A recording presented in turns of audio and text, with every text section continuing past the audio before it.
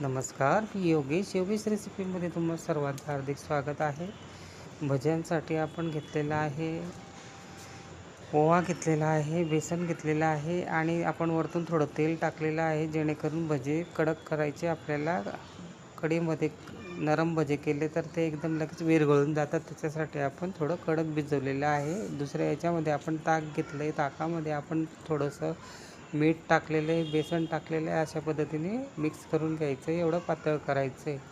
आता कढईमध्ये आपण तेल घेतलेलं आहे, जिरं मोहरी टाकलेली आहे, लसूणची पेस्ट केलेली आहे, मिरची आणि कढीपत्ता टाकलेला आहे. छानपैकी असं व्यवस्थित हलवून घ्यायचं आहे, जेणेकरून कढी फुटणार नाही, नाही तर कढी व्यवस्थित लागत नाही.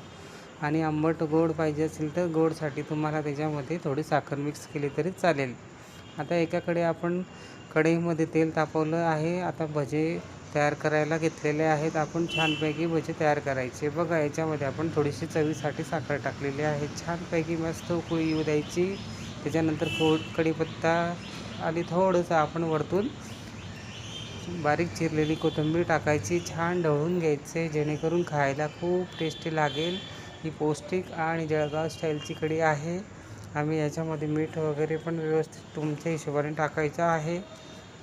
बघा, अशा पद्धतीने थोडी कडकच घ्यायची ही भजी, कारण कसं आहे, जास्त नरम घेतलं तर ते व्यवस्थित होत नाही. अशा पद्धतीने तळून झालेले आहेत. आपण आता त्याच्यात मिक्स करून घेणार आहोत आणि छानपैकी मिक्स झाल्यानंतर आपल्याला त्याच्यामध्ये झाकण वगैरे वरतून ठेवायचं आहे, जेणेकरून ते असे व्यवस्थित खायला मऊसूद लागतील आणि टेस्ट पण छान लागतो. अशा पद्धतीने ही रेसिपी आपली ही तयार झालेली आहे.